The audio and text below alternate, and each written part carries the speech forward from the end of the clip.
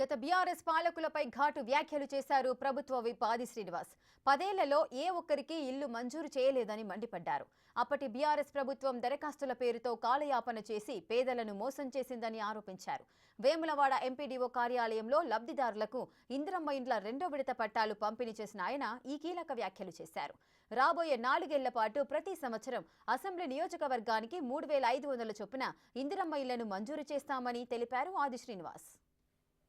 కాలంగా ఎదురు చూస్తున్నటువంటి ఇందిరమ్మ ఇండ్లు పేదలు, నిరుపేదలు, పేదలలో బహుపేదలు, ఇల్లు లేనటువంటి వాళ్ళు గత 10 సంవత్సరాలుగా కళ్ళు కాయలు కాచాలు ఎదురు చూస్తున్నప్పటికీ గత ప్రభుత్వం డబుల్ బెడ్రూమ్ పేరిట దరఖాస్తులు తీసుకొని ఊరడించి ఆధార్ కార్డులు జిరాక్సుల పేరిట 100 రూపాయలు ఖర్చులు పెట్టుకొని అప్పుడు ఎంఆర్ఓ కార్యాలయం కానీ మున్సిపల్ కాకంటే ముందు మున్సిపల్ అయిన తర్వాత మున్సిపల్ కార్యాలయం దగ్గర దరఖాస్తు ఇచ్చిందే ఇచ్చుడు అయినా ఈ ఒక్కరికి కూడా డబుల్ బెడ్రూమ్ రాలేదు. అవునా కాదు?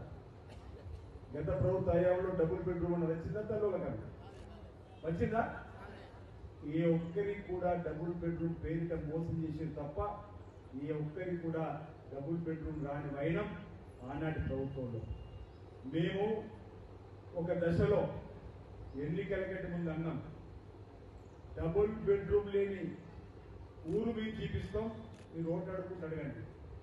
ఇందిరమ్మ ఇల్లు లేని ఊరు మీరు చూపిస్తే మీ ఓటు అడుగుకుంటుంటామని తెలంగాణ వ్యాప్తంగా ఛాలెంజ్ విసిరినా కనీసం చీములు లేకుండా పేదల కోసం ఇచ్చే కార్యక్రమాన్ని ఎక్కడ అమలు చేయని ఘటనలో ఒకసారి గుర్తు చేసే ప్రయత్నం చేస్తుంది.